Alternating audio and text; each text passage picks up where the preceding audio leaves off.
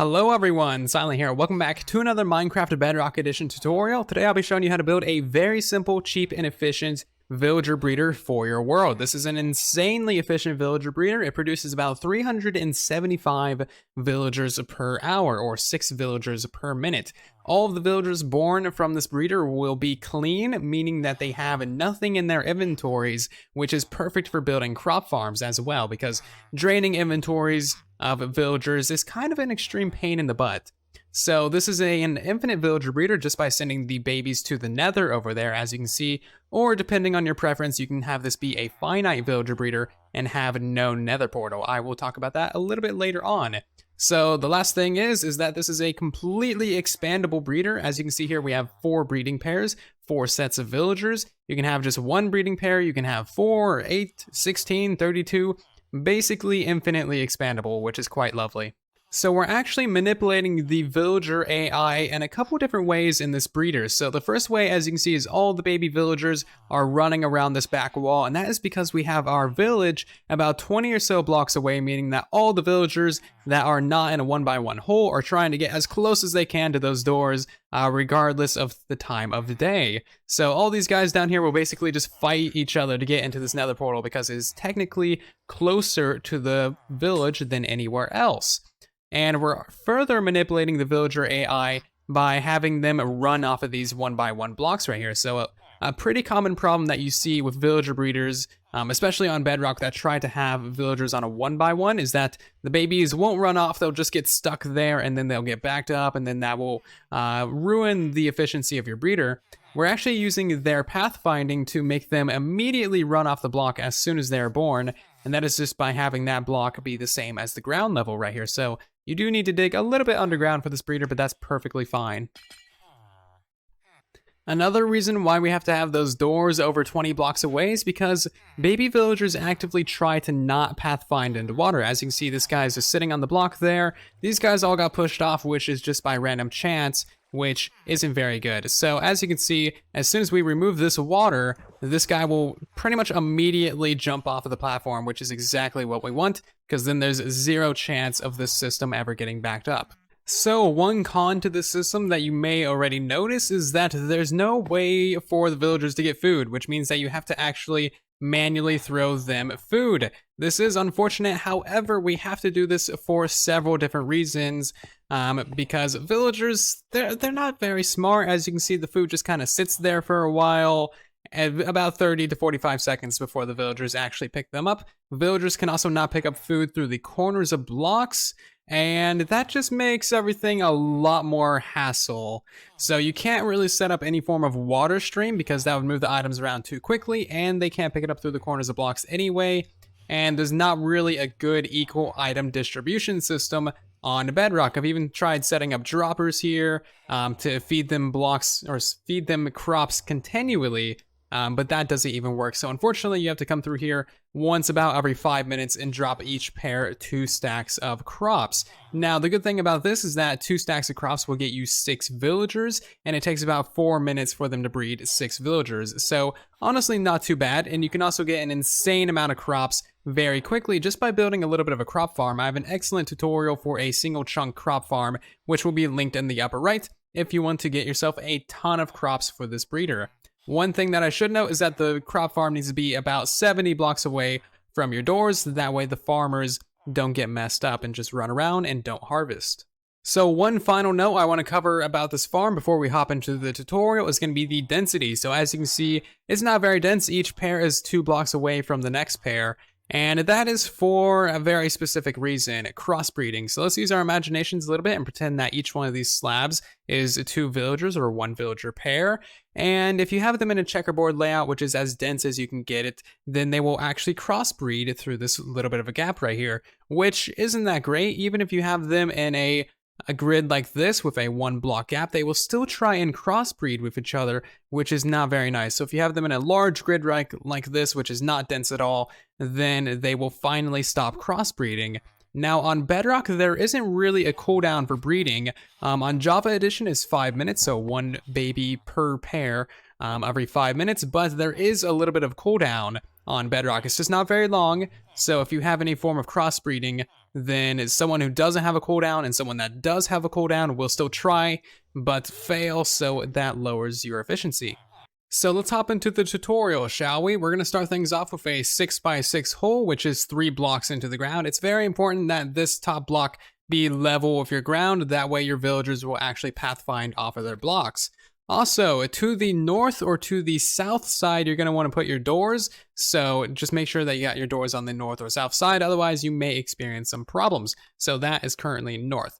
So we're going to go ahead and put our nether portal into the right side right here. So just 3 obsidian on either side. Go ahead and cover this with obsidian and put that there as well. And that is pretty much it. So go ahead and surround this thing with a 2-high wall of blocks of your choice. I'm going to be using glass because it is pretty nice looking.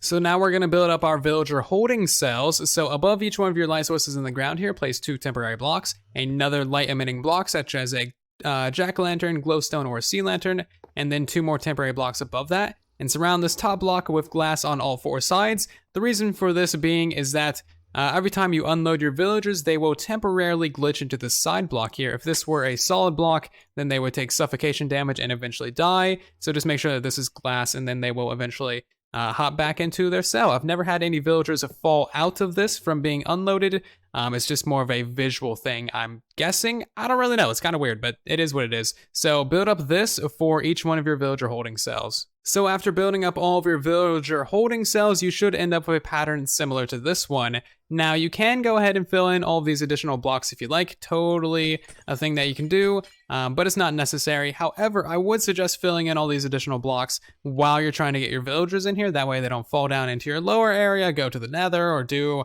any form of various shenanigans. Getting the villagers into these 1x1s is going to be quite the adventure and survival. I would suggest using maybe boats or minecarts or any other form of forcefully getting them somewhere.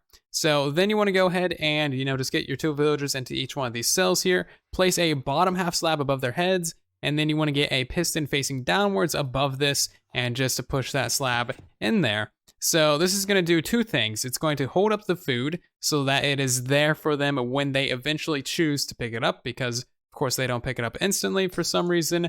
And this is also going to keep the baby villagers from ever picking up food because it's going to be way above their head. The villagers up here will never be able to throw to them because the things that they throw will just pop up to here as well. So yeah, that's going to be basically the main thing that produces our clean villagers.